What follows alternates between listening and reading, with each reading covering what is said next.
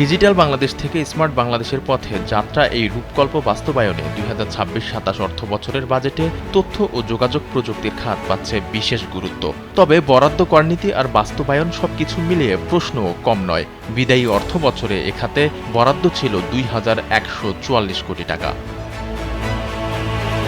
সরকারের লক্ষ্য দেশ জুড়ে উচ্চগতির ইন্টারনেট সম্প্রসারণ, ডেটা সেন্টার ও ক্লাউড অবকাঠামো শক্তিশালী করা এবং তরুণদের আইটি স্কিল বাড়ানো। এর অংশ হিসেবে hi tech park, software technology park এবং ইনকিউবেশন সেন্টারের সংখ্যা বাড়ানোরও পরিকল্পনা রয়েছে। তাই আসছে বাজেটে এই খাতে বরাদ্দ আরও বাড়তে পারে।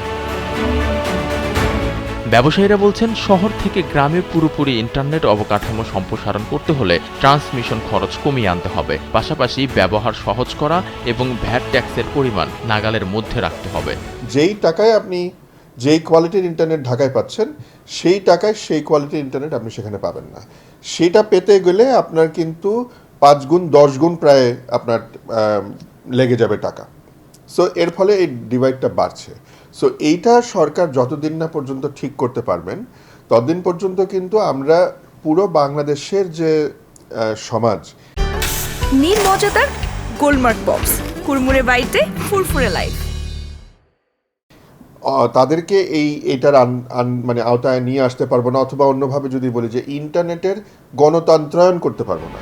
বিশ্লেষকরা বলছেন, তথ্য প্রযুক্তি খাতের বিকাশে শ্রমশক্তিকে নতুন দক্ষতায় প্রস্তুত করতে হবে। একই সঙ্গে সুলভ মূল্যে ইন্টারনেট ও অবকাঠামো সম্প্রসারণ, ডিজিটাল ডিভাইসের দাম কমানো জরুরি। এই মুহূর্তে বাংলাদেশ সত্যিকার অর্থে যতই আমরা বলি না কেন ডিজিটাল সার্ভিস ডেলিভারি এবং এখনও পর্যন্ত আমাদের 4G নেটওয়ার্ক, আমরা 5Gর কথা বলছি, হায়ারেস আমাদের 4G নেটওয়ার্ক এখন পর্যন্ত কিন্তু পুরোটা এক্সপান্ড না। বলছেন শুল্কমুক্ত, কিন্তু বিভিন্ন জায়গায় আপনি পরোক্ষ কর বা ইনডিরেক্ট কর আরোপ করে রাখছেন। সেই জায়গাগুলোকে আইডেন্টিফাই করে সেগুলো থেকে তাদেরকে যথাসম্ভব রেহাই দেওয়া, যথাসম্ভব সহনীয় পর্যায়ে নেওয়া, একবারে তুলে না দিলেও যেন সহনীয় পর্যায়ে থাকে।